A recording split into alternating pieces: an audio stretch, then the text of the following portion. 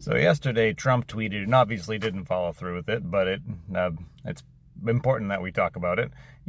Trump tweeted that a whole civilization will die tonight, never to return again. Wasn't one of the justifications for doing this because of our concern for the Iranian civilians? A civilization is made up of civilians, so if we wipe them out, I guess that's not what we were ever concerned with, obviously, if you look at our track record. And then he goes on to say that, but we have achieved a complete regime change, so maybe not. Have we achieved a complete regime change? Because a regime is more than just like a couple of figureheads. Everybody has people who work under them that all believe the same things. Have we changed their system of governance? Last time we tried that, it didn't really work out too well either.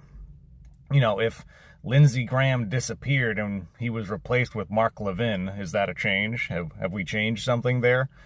Probably not. It's like that scene in Hercules where he cuts off the head of the Hydra and he's running around cheering like he won the fight, and then all of a sudden there's 3 more heads and he's way more dangerous.